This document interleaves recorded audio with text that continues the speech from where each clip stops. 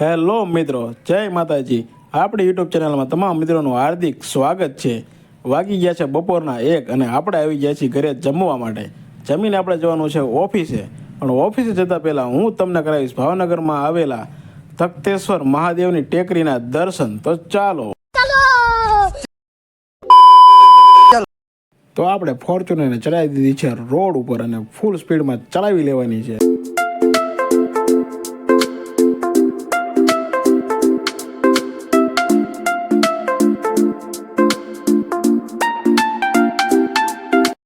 A few moments later.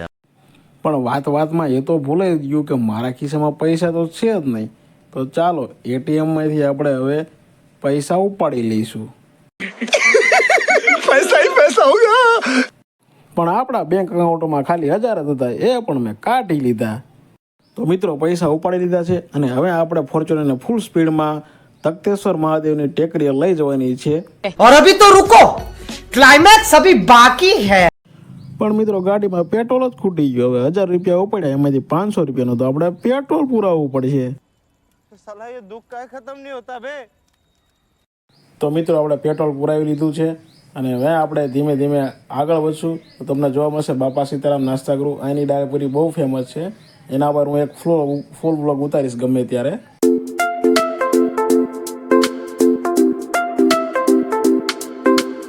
મિત્રો સામે તમને જોવા મળશે સુરેન્દ્રનગરના સમોસા, જે બહુ ટેસ્ટી હોય છે. અને મિત્રો સામે આવી ગયું છે ભાવનગરનું એસટી બસ સ્ટેશન, જ્યાં બપોરે પણ તમને ખૂબ ભીડ જોવા મળવાની છે.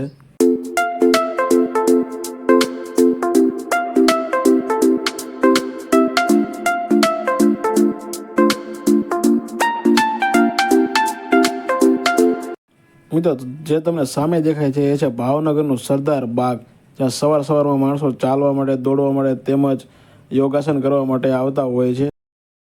મિત્રો આ છે ભાવનગરના લાલ દવાખાનાનો જૂનો ગેટ. હવે મિત્રો આપણે આવી ગયા છીએ કાળુપા રોડ ઉપર. અહીંયા તમને ટોટલ દવાખાના જોવા મળી જવાના છે. બંને સાઈડ તમને ખાલી દવાખાના જ દેખાય છે, કેમ કે આ રોડ દવાખાના માટે પ્રખ્યાત છે. અહીંયા લગભગ ભાવનગરના 90% દવાખાના અહીંયા જ આવેલા છે આ રોડ ઉપર.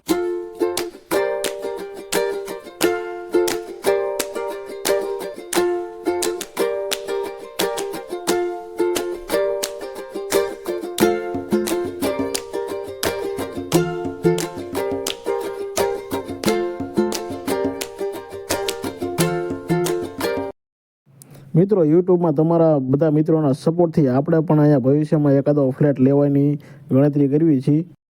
તો મિત્રો આપણે ભોળાનાથના મંદિરથી બસ થોડાક જ દૂર છીએ. તો ચાલો ધીમે ધીમે આગળ જઈએ.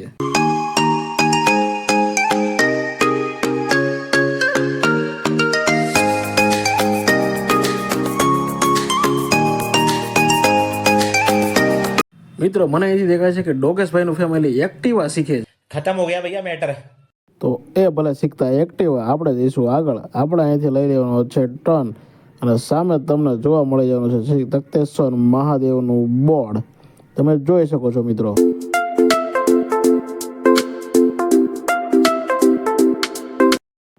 મિત્રો તમે અંદર આવશો એટલે તમને કુદરતનો એક અદ્ભુત નજારો જોવા મળશે. અહીંના ઝાડવા, અહીંનું શાંત વાતાવરણ.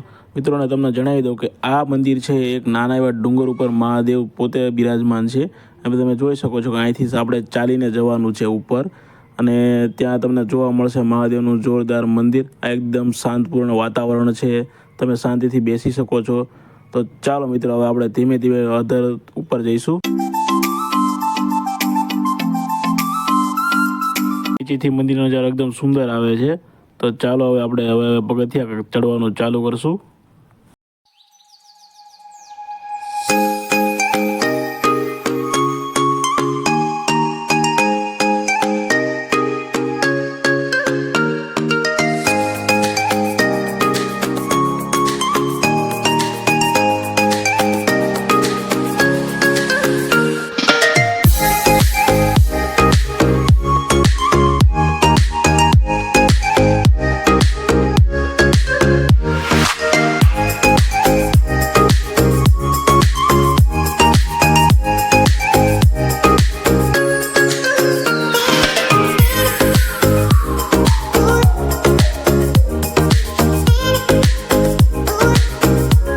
ફાઇનલી મિત્રો આપણે તખતેશ્વર મહાદેવના મંદિરના આંગણામાં પહોંચી ગયા છીએ અને તમે જોઈ શકો છો કે મંદિરનો આખો નજારો હું તમને બતાવી દઉં છું.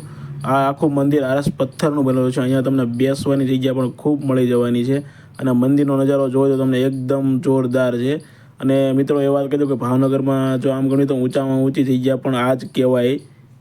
અને મિત્રો અહીંથી તમને ભાવનગરનો 360 એંગલમાં તમને નજારો જોવા મળવાનો છે. તમે રૂબરૂ આવશો તો તમને ખૂબ મજા આવશે. અહીંથી આખું ભાવનગર તમને સર્કલમાં દેખાવાનું છે. તમે તમારી સામે જોઈ શકો છો. તો ચાલો મિત્રો હવે હું આપણી યુટ્યુબ ફેમિલીને ભોળાનાથના દર્શન કરાવી દઉં. આપણી ફેમિલીમાં જો કોઈ મેમ્બર અહીંયા આવી શકે કે ના આવી શકે પણ હું તમને અહીંથી લાઈવ દર્શન કરાવી દઉં છું. અને તમે જોઈ શકો છો કે અંદર પૂજાનું કામકાજ ચાલુ જ છે. તેનો ભોળાનાથનો અભિષેક અહીં થાય છે.